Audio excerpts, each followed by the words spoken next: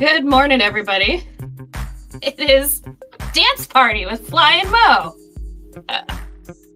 If you only ever watch the story of our video on Instagram, that's what you would think it is, because you only get like the first 30 seconds or whatever in the story. So it's us just like so. Okay.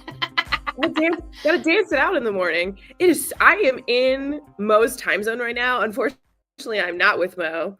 I'm in Vegas right now for a conference, and it is early. And so we need to give some mad props and respect to this woman if we weren't already doing that, because she wakes up at the butt cracking on every morning, not only for this, but to post all of your favorite people's posts. Gosh, pour one out, even if it's coffee. Thanks. It is early, yes. And I've been up for like 2 hours already. So we're good. We're good to go. No, that's not you. Couldn't be me. Welcome to everybody who is joining us on the interwebs. We've got LinkedIn, we have YouTube, we have the Twitter/X. We have Instagram. So if you're joining us, thank you so much. This is Social Surge with Fly and Mo. And of course, we are actually still talking about the DNA of CRE report. No, they do not sponsor us, but we have a really hard time like actually staying on task and going through things. So we kind of like meander off. But just when we talk to each other. Not another word. What? What? As I remember that, I'm like, oh crap, I was supposed to go do that. Whoops. Okay, so the DNA of CRE is a report that, or it's actually a survey that Build Out and the Broker List put together. And so these are your responses.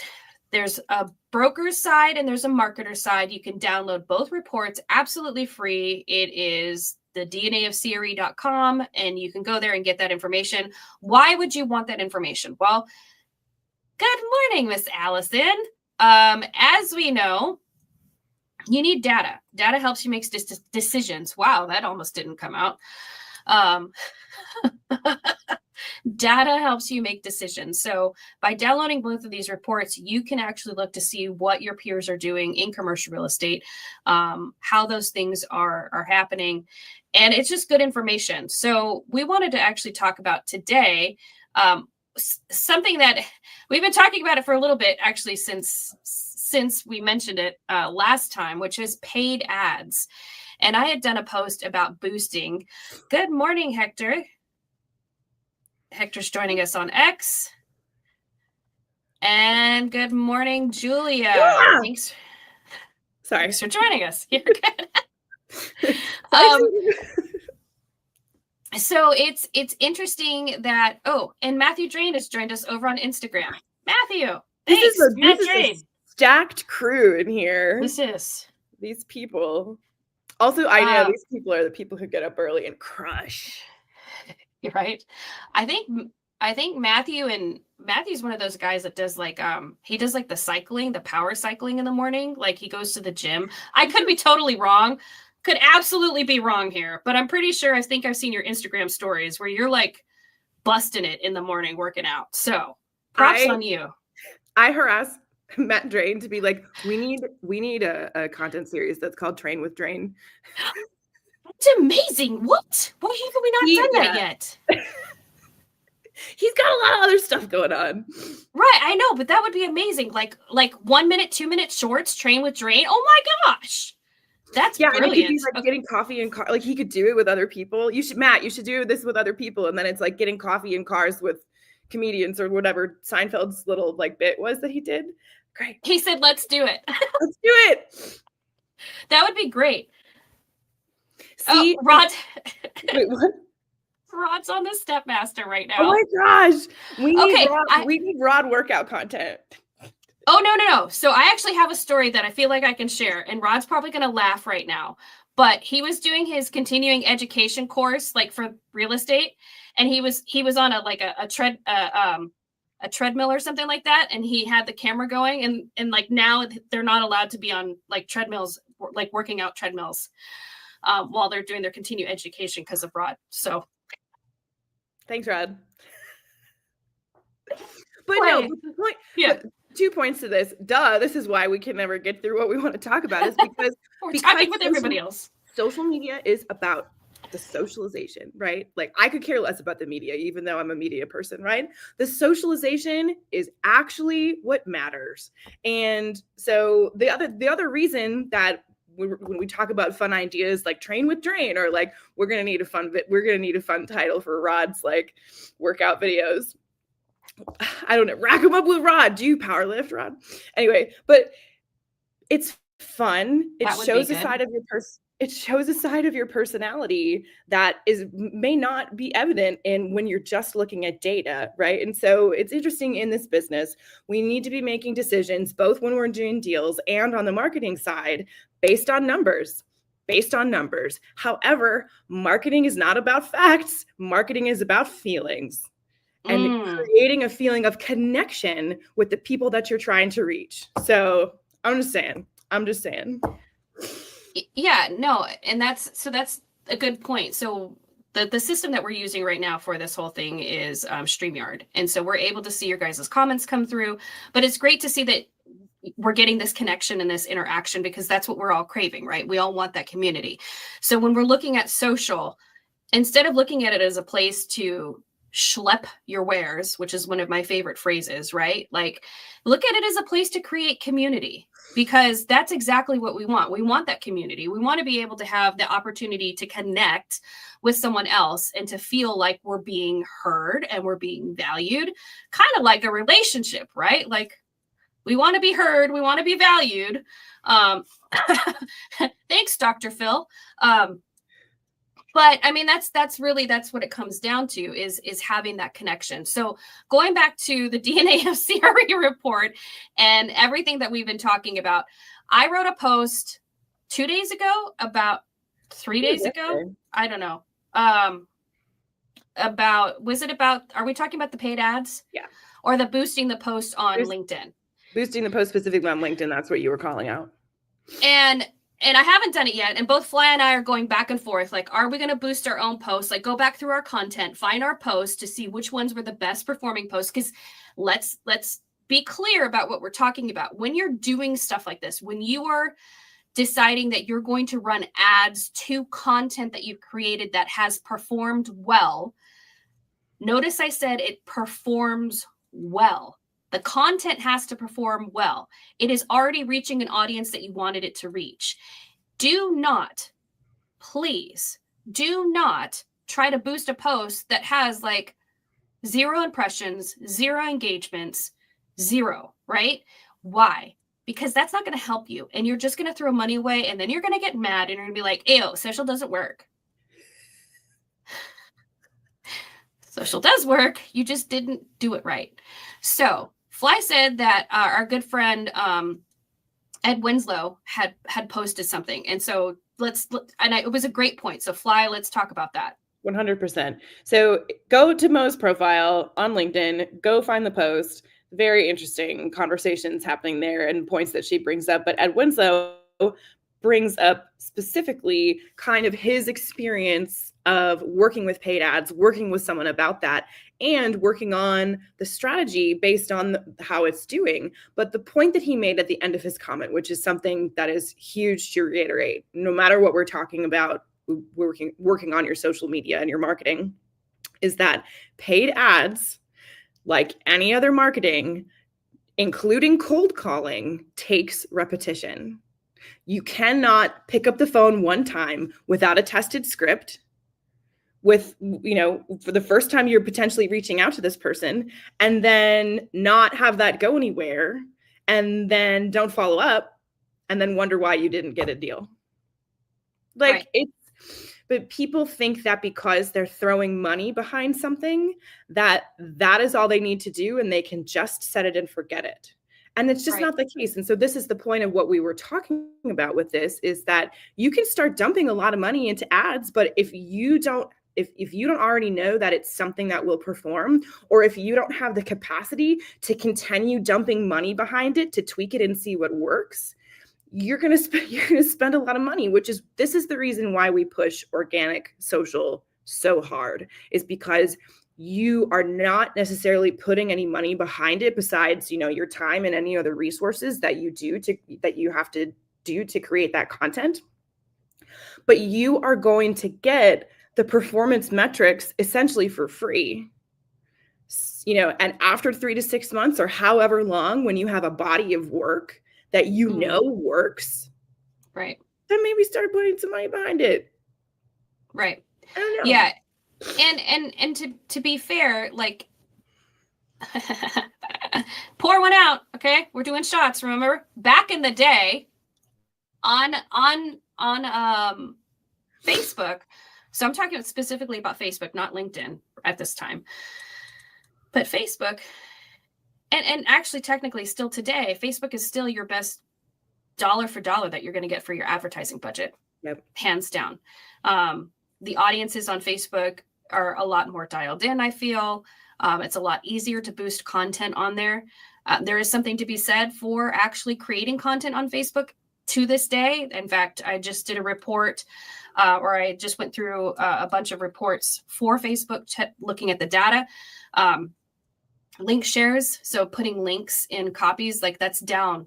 I think 97 point some odd % of the posts that are put out there are not linking out of the platform anymore. So just as a note, if you're marketing on Facebook, just know that that's not happening. And predominantly what's showing up on people's feeds in Facebook are it's friends, communities. So those community groups that I talk about quite a bit, as well as recommended feeds. So they're kind of taking the play out of TikTok's book. Well, they're trying to steal it, honestly. But what they're doing is they're doing like a For You page where the content that you interact with natively is the content that you're going to see. So that's kind of, so going back to the advertising dollar for dollar, you're going to get a better result on Facebook than you would on LinkedIn, I think, because LinkedIn is a behemoth when it comes to actually dialing in your audience. If you've never been in the back end of LinkedIn advertising, it is kind of scary. Like there's so much information. So it's really interesting when you take a look at it from the perspective of, I have a good piece of content. I know it's done well. I want to advertise to it. And now the difference between Facebook and LinkedIn as well is I love, and I'm not quite sure if I can, so somebody will have to pop in here who is a LinkedIn expert when it comes to advertising. I know on Facebook I can retarget. And that's why I love Facebook advertising still, because you can retarget to an audience, which is just chef's kiss. It's so good.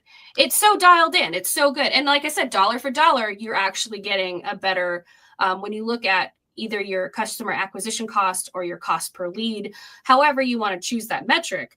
I mean, it's pretty good. Allison actually is covering our faces.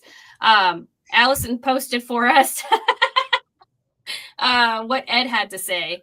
Run some ads for me who has a proven track record. We continually test not just the ads, but the strategy, the sales funnel, and the messaging. So again, you're always going to want to check, track, test, right? Check, track, test. Right? I'm going to write that down. Check, track, test. But going back to what we're talking about today, which we've gone off in a tangent, but that's fine.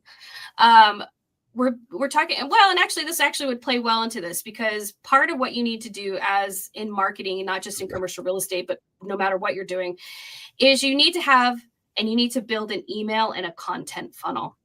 Yep. Right? And we were actually just talking about this for the CREI Summit Programming Committee yesterday, talking about owned media versus earned media. Earned media is when you show up in the media, press releases, somebody does a feature story on you, you think it's awesome. You didn't have to pay for it. You didn't have to buy it. That is earned media. Owned media is the stuff that you own. It is your emails. So if you do not own your emails, who owns them? It's a question everybody should be asking themselves. I know I own mine because I have a funnel where people can come in, they download a lead magnet, something that I've put together, and then now they're in my marketing funnel because I have their email in a CRM. And of course, the favorite question is, well, which CRM should I use? Whichever one you're actually going to use. Like, there's no best out there. It's whichever one you're actually going to be consistent with and use, right? So I use Go High Level. There are other systems out there. It depends on what it is that you want. So we're talking about the DNA of CRE report. The email marketing, it says that 81% find that email marketing is effective. Now, I would say with the majority of the people that I talk to, a lot of what they consider as email marketing is property blasts, which that's a part of, I understand that that is a part of your email marketing. But when I'm talking about email marketing, that is not what I'm talking about. I'm talking about how are you providing value in email so that you can get people into your ecosystem, right? You either want them to go to your socials or you want them to go to your website. So the email is providing value that they're clicking something, that they're going and getting into your ecosystem somewhere else. Then there's the other side of email marketing, which is your drip campaigns. What's a drip campaign? Well, it drips out, right? Okay, that's your drip campaign. Do you have drip campaigns set up? And what do those, so like, if I were to have an email, if I were to have a campaign, right? And it would be the top 10 do's and don'ts to do on social media in 2025. Download it here. They get in there. The very first email would be, hey, thanks for downloading this. Here it is if you haven't received the link. And it would be a synopsis, like in this, in this guide, this is what you'll get. Then the next email, which would be a week to 2 weeks later for me, because that's the cadence that I agree on, is did you, different subject line, did you check out this section? And then it just drips out from there. That's a drip campaign. So when you're talking about your marketing, how is your email marketing going? I feel like I'm talking too much. You're not. No, I'm taking it all in. We're also like, the both of us are like, huh. But it is a way for you to, again, like have something that is yours that is, I don't want to use the repetitive, but is very like, it creates opportunities to have direct high touch that are going to go directly to them. And the reason, one of the reasons that we want this as a part of your ecosystem, your marketing ecosystem, I'm just like little cute animals, your little marketing ecosystem, I need coffee so badly, is you can post on social media. There's no guarantee that the person is going to see it. If you have very specific people that you are targeting, social is great. That may be how that person got into your circle in the first place, into your ecosystem. But how are you building a relationship better? Showing up in their feed, that's awareness. Sending them messages directly, relationship, which is why property blasts are not the only thing that you should be doing. Is that super valuable? Yes. Do people need to know that you have something on the market? Yes. But where is the piece of your email strategy in which you are creating connections and building relationships? And that's part of it, because part of what the build out report says that 55% of people have, and so I was talking about newsletters, that email marketing, 55% have only adopted it. So out of the respondents, only, little more than half are actually doing something that's providing that value add, right? So we talk about value add. It could be market updates, but market updates that, and depending on where you work, think about breaking it up into subsections. Like this week, we're going to do this section. This week, we're going to do this section. And you're actually providing value in saying that, like, this is how the market is. These are the things that we've seen, happening. These are the big transactions. And I'm sure somebody will pop on and be like, oh no, we don't do that. That's not good. That's fine. This is from my perspective. This is what I would be doing if I were in that position. Why would they say that that's not good?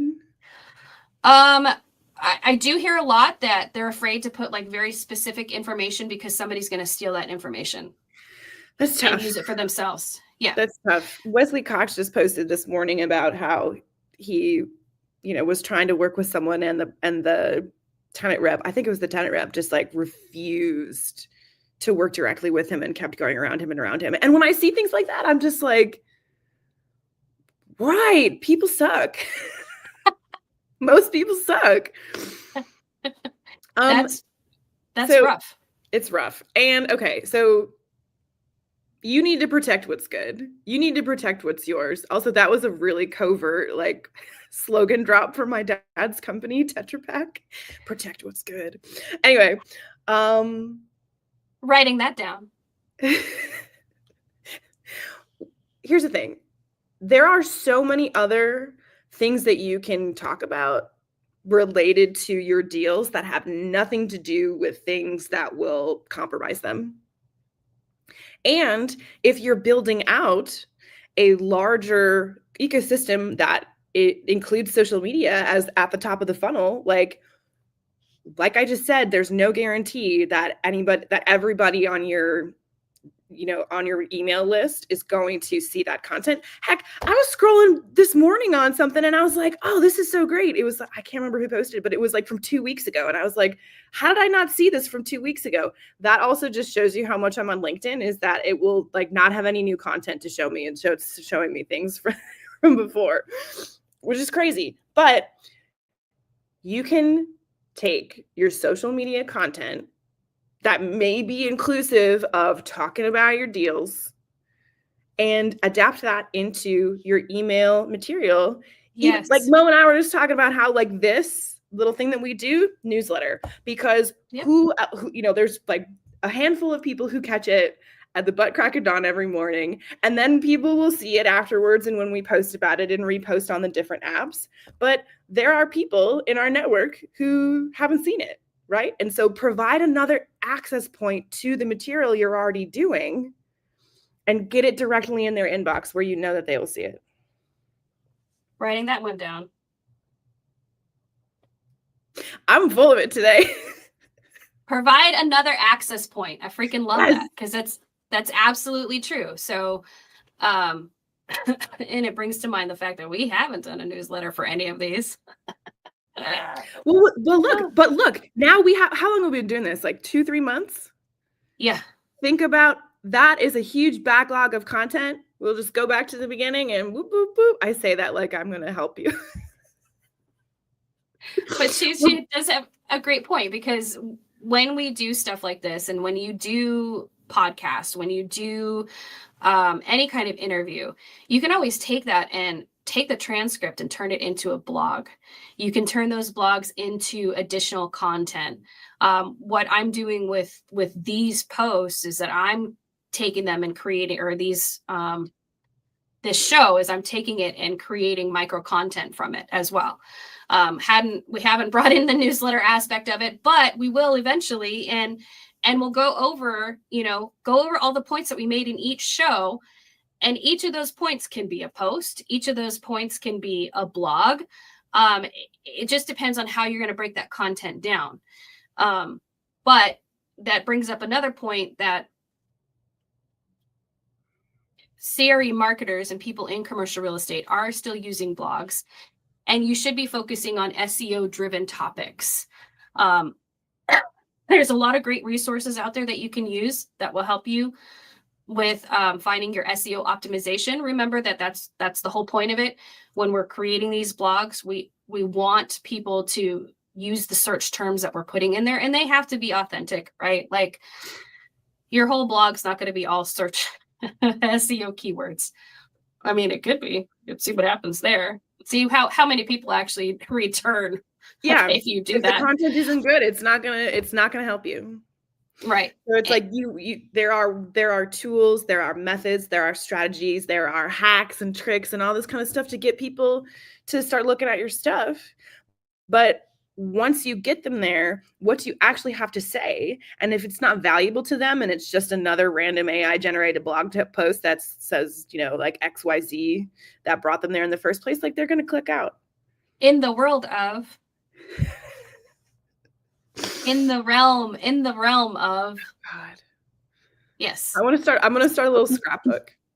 But a point that I want to end on, because we're coming up on time, is so again, Mo is amazing, right? I just want to drop that in one more time. However, even the two of us this is our specialization. We've been working on this for a few months and we're like, okay, maybe now we have enough content that we can like start pushing that out in a different format. It takes time. If you start your social media strategy or your digital marketing strategy or whatever you want to call it, and you're like, I'm going to start video, I'm going to start writing 2 posts a day, I'm going to have a newsletter, I'm going to have this, it's too much to start. It's honestly too much to start. If you have a huge team and you have a lot of backlog of content, like, I don't know, Bob Knackel, who like wrote everything down for 40 years, like he was well poised to just like explode. But if you're just starting, whether you're just starting on social or like no matter where you are in your career, like it will take time to build this up and get this out. But that is all the more reason to start like yesterday. So yes. Yeah, absolutely. And when you look at the difference between what they're doing in residential real estate to commercial real estate, it's leaps and bounds, right? There's a lot of things that I see people do wrong in residential real estate. I've talked about it before, but there's a lot that they do right, which is creating that community, creating like that sense of, I know this person before I've even talked to them, right? Like we look at the Ryan Serhants in residential. We look at Glenda Baker. Is it Glenda Baker from? Yeah, right. Like big hair and stars. She's always wearing stars. She's like a little bit savage. I kind of love it. Yeah. If you ever catch any of her lives when she's going off on somebody, it's actually kind of hilarious. But she'd be like, "This person did not show up." I was like, dang lady. All right. Don't want to get on your bad side. But that's the point. Like she's willing to share that personality and that aspect with other people. So if you're just looking at getting started on social, if you're kind of wondering where to go, Fly and I are here. Just DM us. We do have a school group. Go there to that link because Mo is doing something incredible. I was looking at this yesterday or the day before, the group that she has started on School, and I was like, this is extremely high value and like people need to get in it. It's great. I'm so excited. Thank you. I appreciate that. If you don't know where to get started, our DMs are open. Just send a message to me or Fly, or visit the Social Mastery VIP group on School. The stuff is right there. You, my dear, have a great day. I shall. I have to steam my suit. Have fun with that. I won't. All right, everybody. We'll see you. Bye.